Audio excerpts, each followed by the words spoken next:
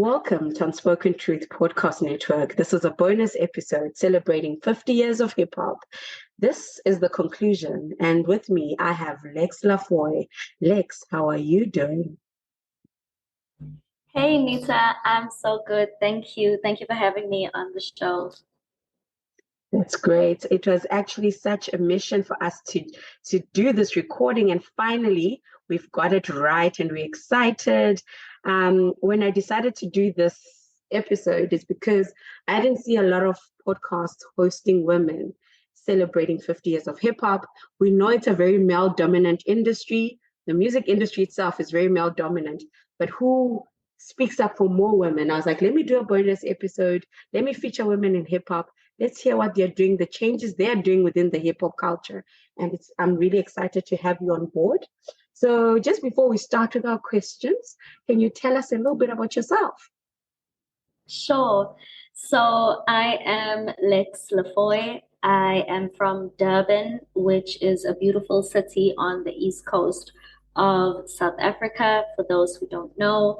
So I grew up in Durban, and when I finished my social science degree at the University of KwaZulu-Natal, I relocated to Johannesburg, where I spent 7 years growing, expanding my network, just mastering, a lot of not only my rap skills, but also my business skills. And then the day before COVID hit, I came back home and I've been based here ever since. And it's been amazing. I won't lie. It's also brought me to overcome a lot of my own false beliefs.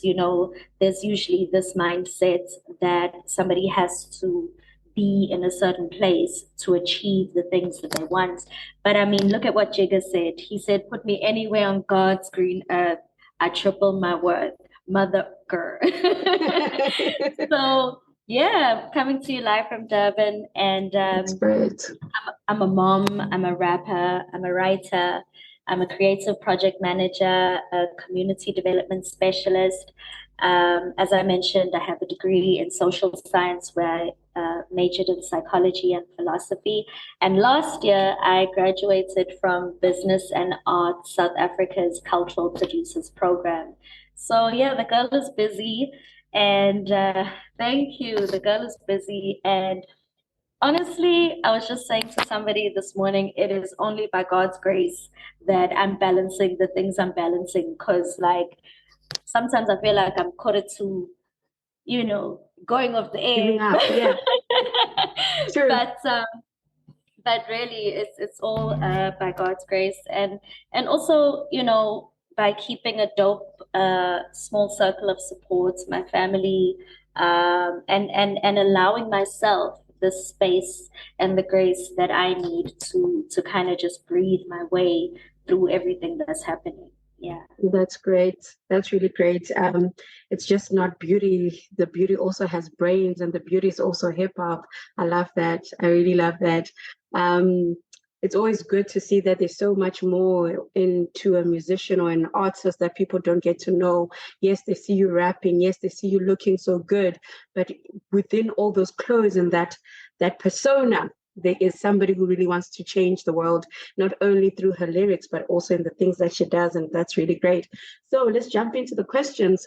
What does hip hop mean to you? Wow.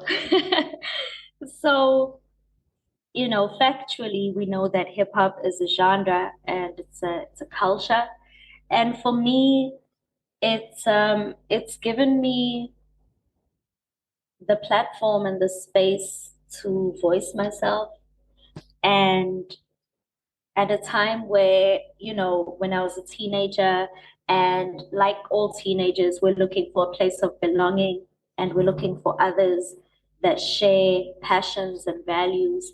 When I found hip hop, I found the wider creative circle, young people that were as passionate um, about doing what they do, about expressing themselves, whether it was through graffiti, b-boying, rapping, freestyling, battling.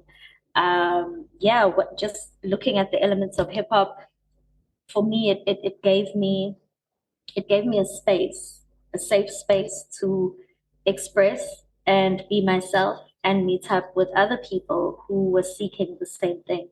Yeah. It's really great. That's really great. You touched on a place of belonging. So when did you get introduced to hip hop? When did you get to that sense of belonging? Wow. So, it's really funny. I feel like hip hop affected me and touched my life before I even knew about it. A couple of years ago, I was playing this song by Diggable Planets, The Rebirth of Slick. Mhm. And my mom turns to me and she goes, "Oh, you like that song?" And I go, "Yeah." And she says, "I used to listen to it when I was pregnant with you." And I was like, "Oh, damn. Okay."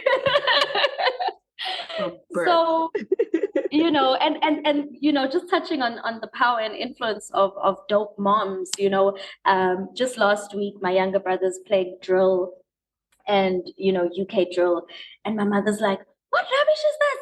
If you're gonna play hip hop, play Tupac or something," and I'm like, "Damn, I mean, you hardcore."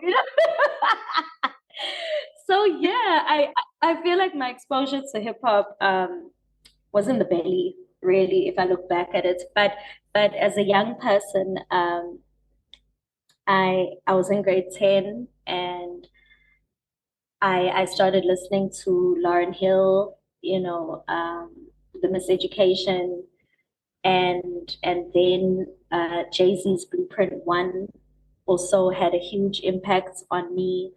And then in matric, when I was exposed to the wider hip hop scene and other creatives in my home city of Durban, I was also then exposed to the underground and the conscious side of hip hop, which for a lot of us has been the basis, of what our experience of what hip hop is. Always understanding from the golden era of hip hop that hip hop is multifaceted and it's multifunctional. And while it's been educational, it's also been party.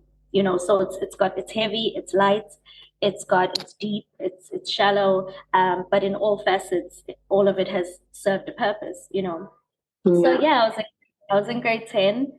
It was 2002.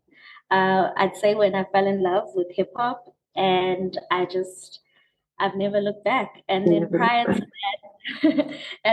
to that, I remember listening to people like Godessa locally in South Africa on the radio in the days of cassettes and recording that, and just learning the lyrics, writing the lyrics down, and then eventually, finding my own voice. Yeah. While you're still just there, just going back down memory lane when you're in grade 10 and you grew up on this hip hop, listening to it, the cassettes, the CDs, the DVDs. Now you need to tell me, if hip hop was a feeling, how best would you describe it? Just as you just go through just that memory lane, if it was a feeling, Yeah. what would that feeling be? I'd say resonance. It's a feeling of resonance, to be caught in one's own world and hear someone rapping about their life from somewhere across the planet, and feeling that resonance, like, oh, okay, I feel you. I know what you're going through, or I resonate, So resonance, yeah, resonance. And while you're on that feeling, I like that feeling because it's so many artists out there who are great rappers. You've named a few, and you've been in this hip hop industry for a while now. But as a female artist, how is it to be in this industry? To be in this industry that is so vast. Hip hop is everywhere. Hip hop is different. Hip hop is American. Hip hop is South African. Hip hop is English. Hip hop is Australian.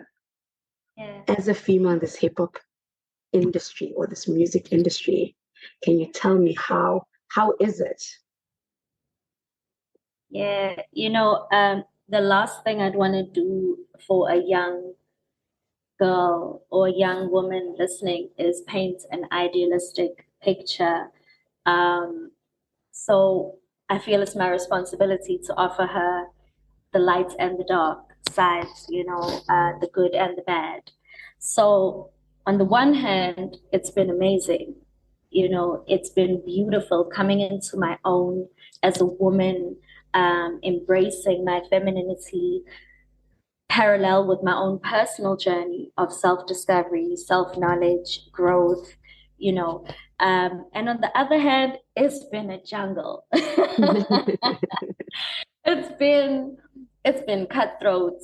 It's been when people, especially artists, when artists find themselves in depression or um, you know heavily burdened with mental health issues, or some even taking their lives, we can understand that for an artist, putting your feelings out there is putting yourself out there.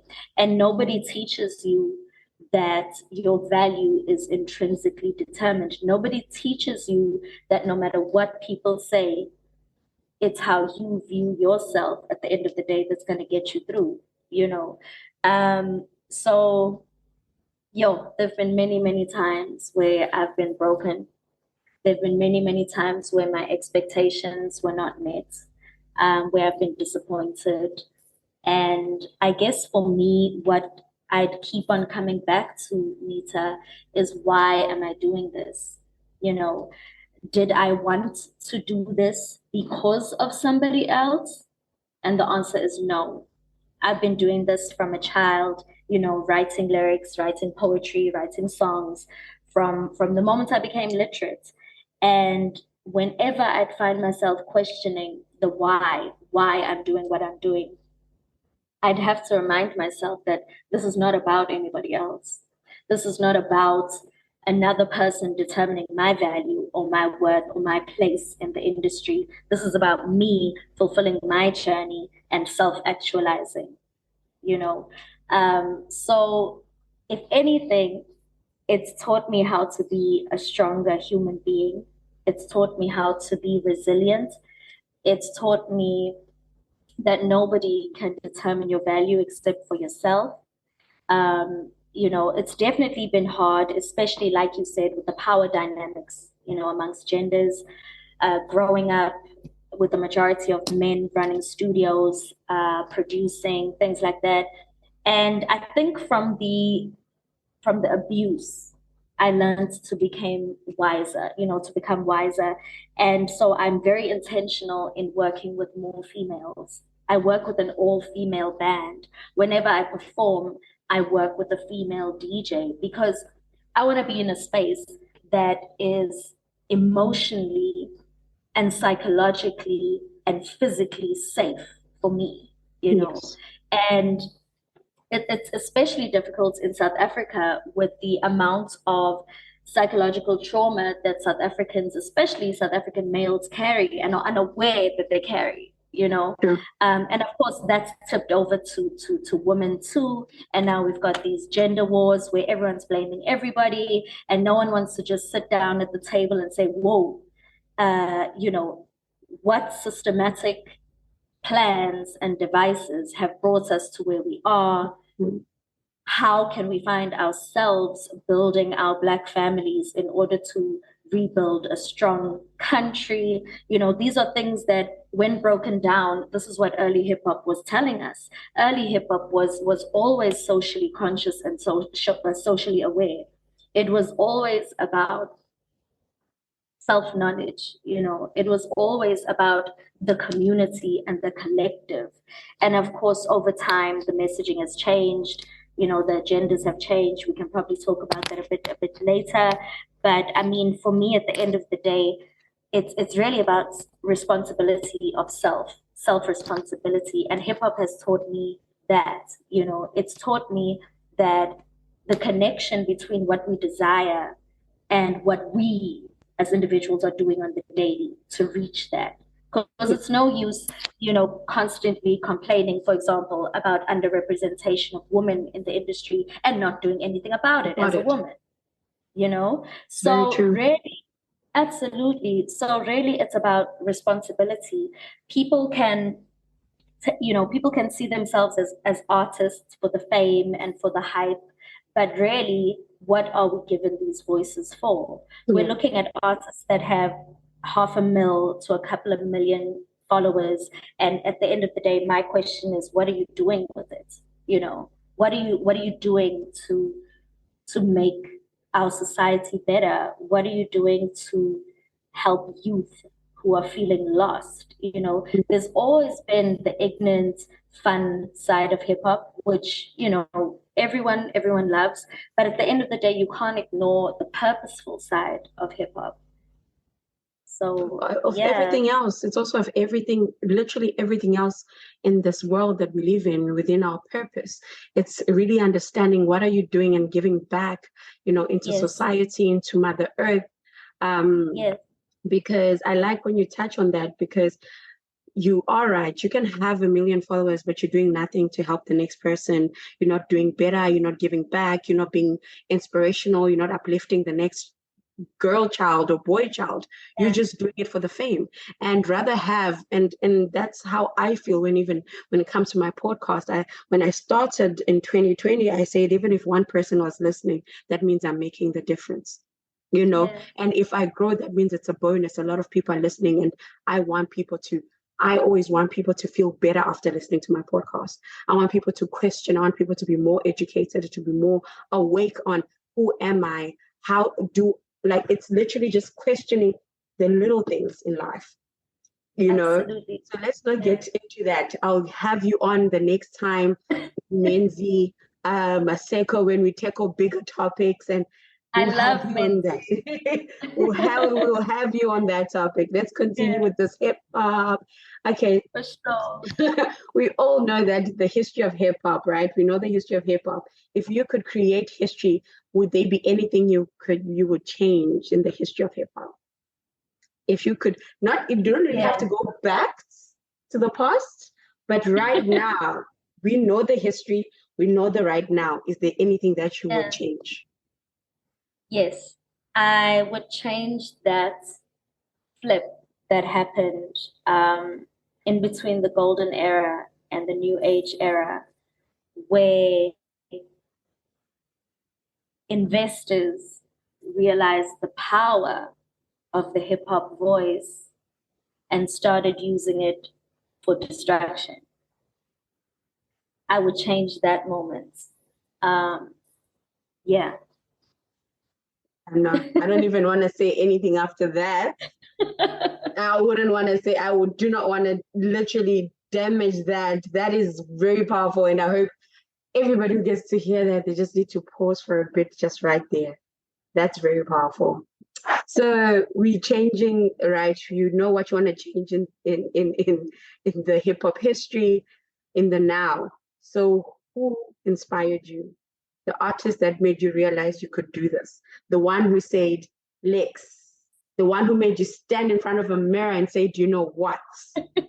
I've got this. I can do this. And I can maybe do it 2 times better, 10 times better. But Yeah. who inspired you? As a female, I'd say Lauryn Hill, and on the masculine energy, I'd say Jay-Z. And you know, I was very blessed to meet Jay-Z and Beyonce when they had their Global Citizen events in December 2018.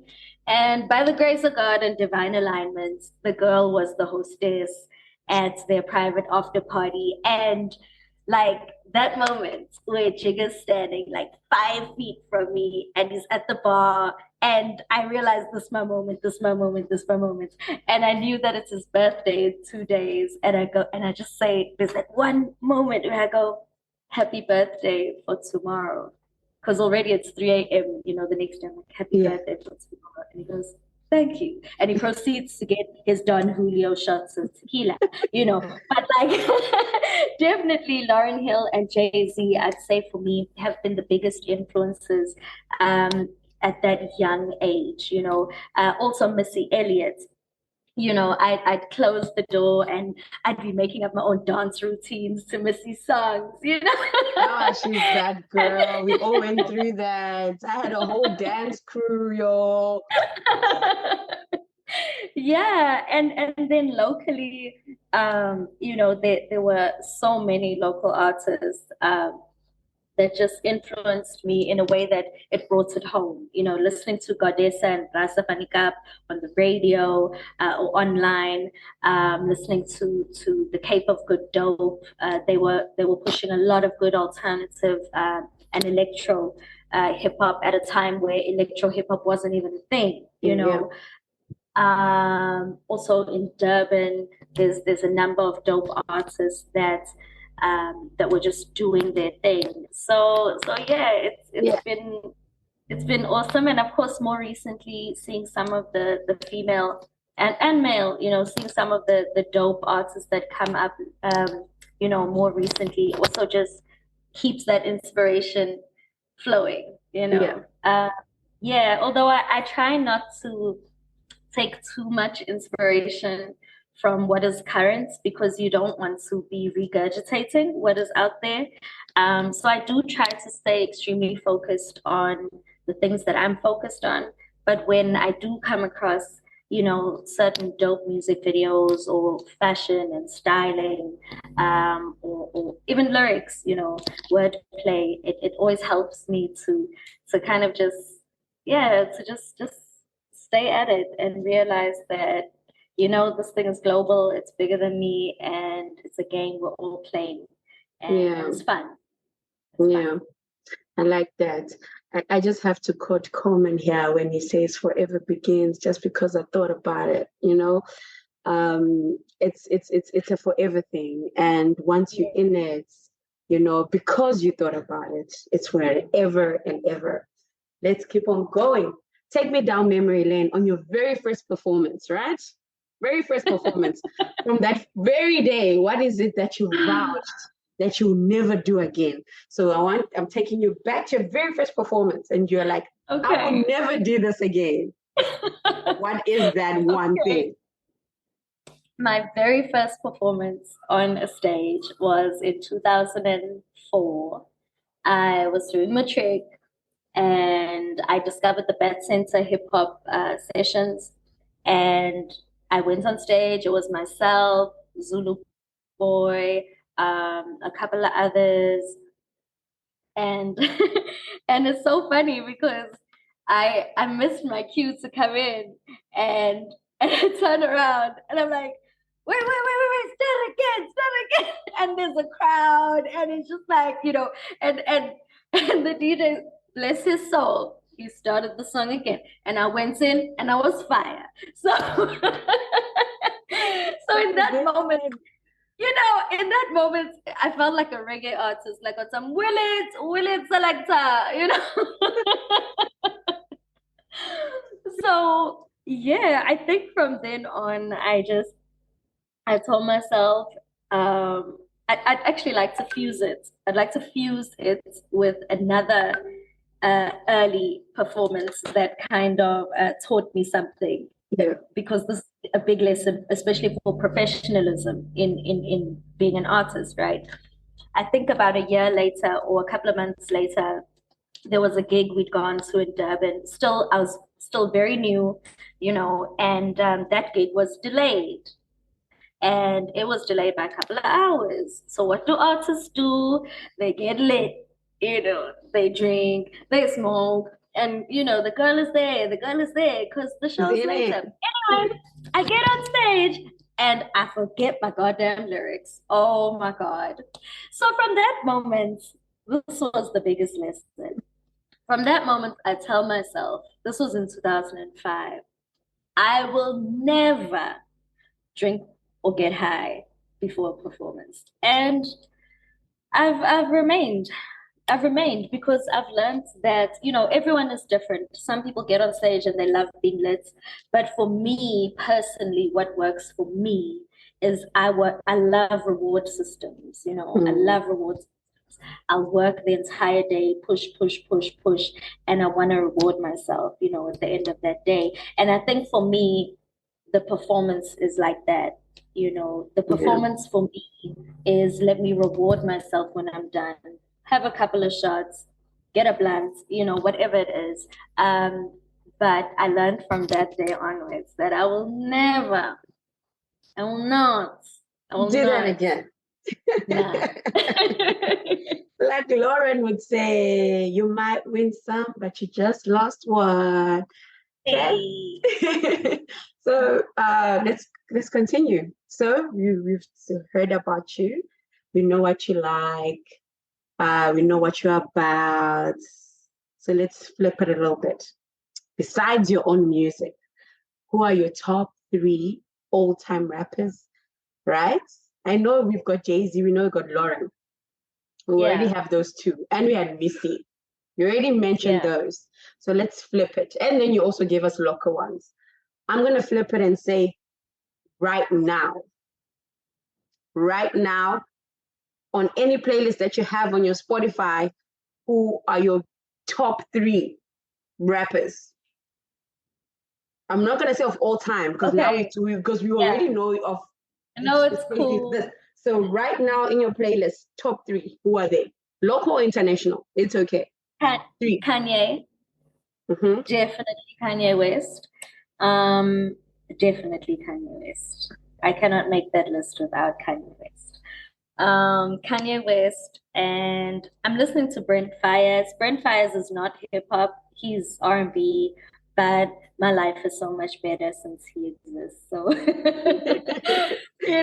I mean, I read one of the comments the other day, and the comment said, "Brent, you sing to my soul," and I was like, "Yeah, actually, that's exactly what he does, sing to my soul."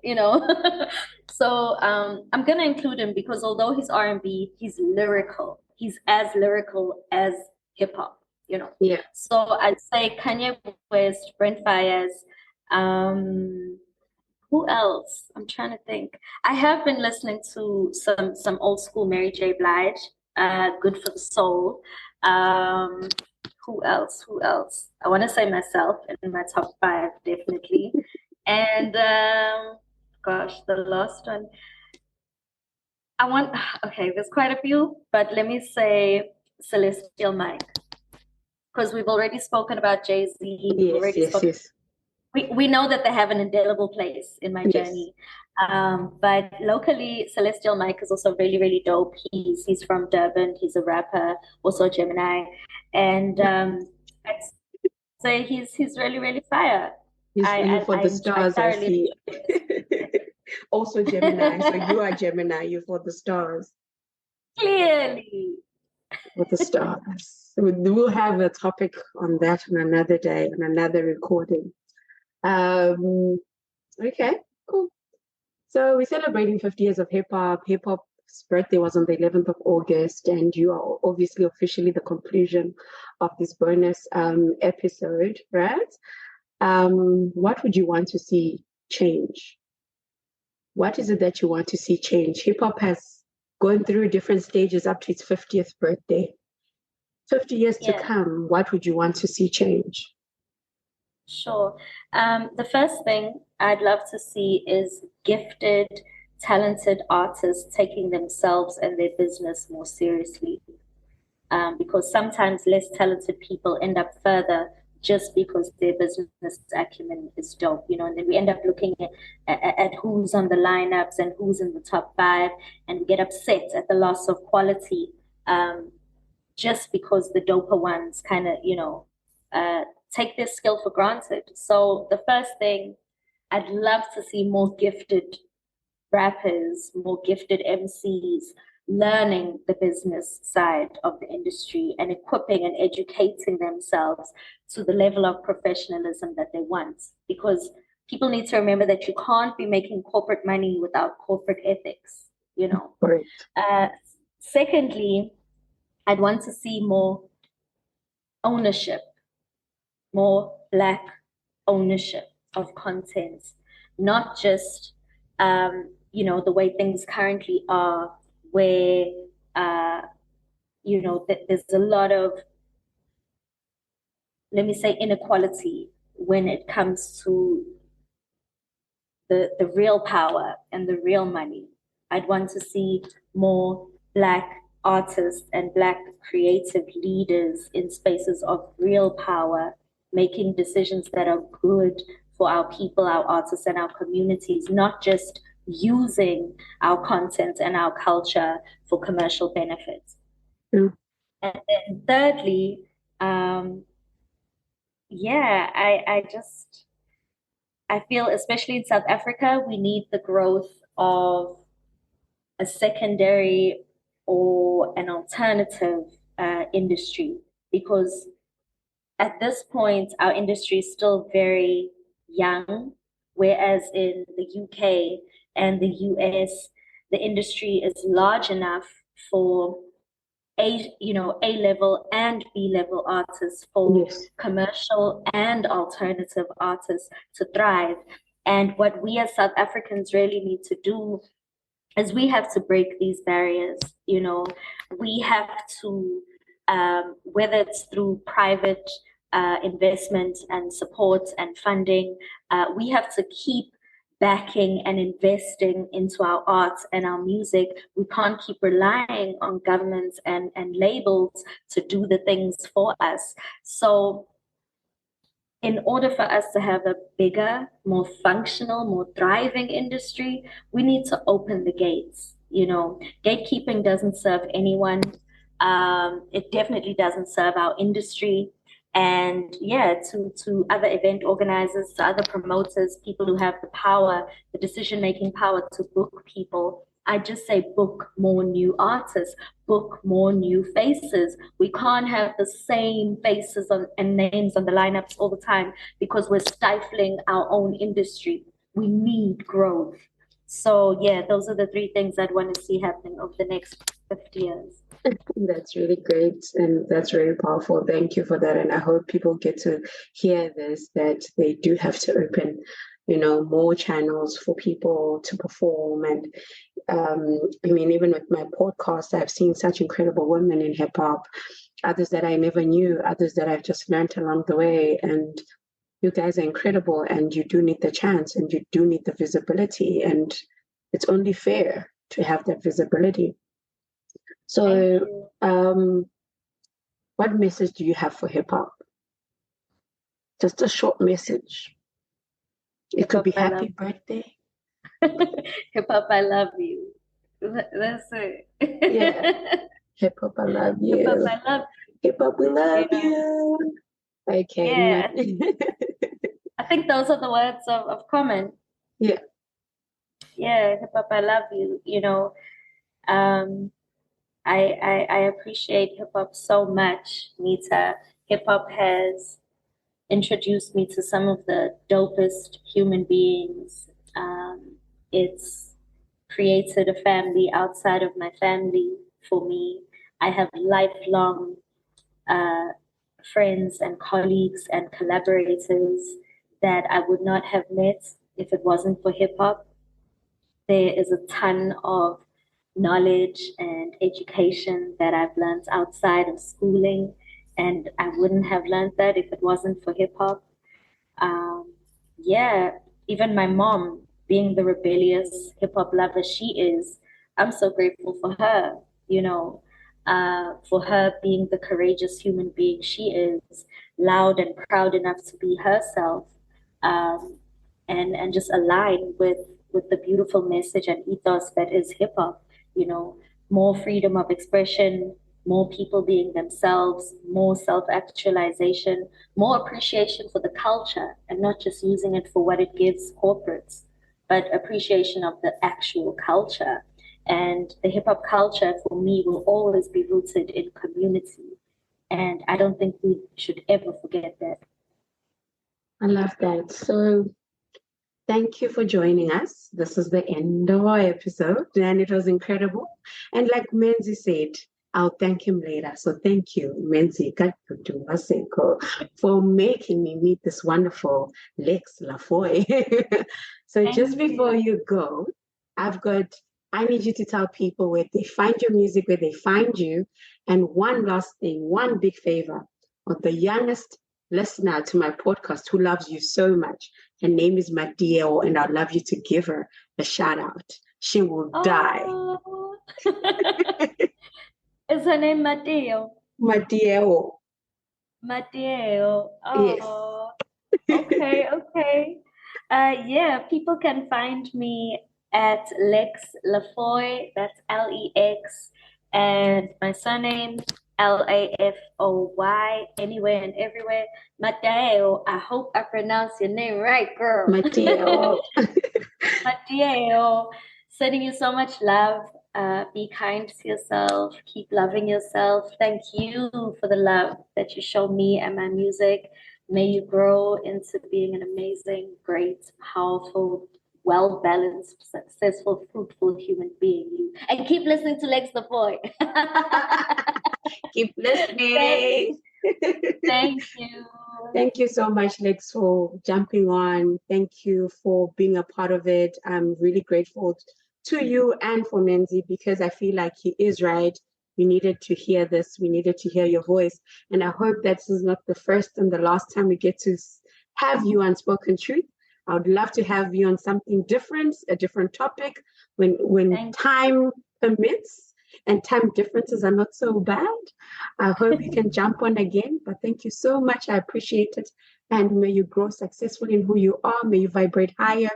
May you be always the better version of yourself. May God, who is a her, I believe God is a her, may she gracefully bless you with all your heart desires. And may your baby, I don't know if it's a boy or girl, just gain from the knowledge you have, and may you pass it down for generations to generation. So take care of yourself. I appreciate you, and I'll keep on listening to your music. Your music is already on my playlist, so people must check it out on Spotify, celebrating 50 years of hip hop, just females. I'm pushing female agenda because the future is female. Thank you very much. The Unspoken Truth is the catalyst for important and thought-provoking conversations that need to be had.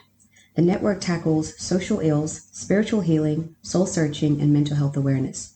To subscribe, click on the show link to follow our podcast and be part of the Unspoken Truth family. Find us on all social media platforms.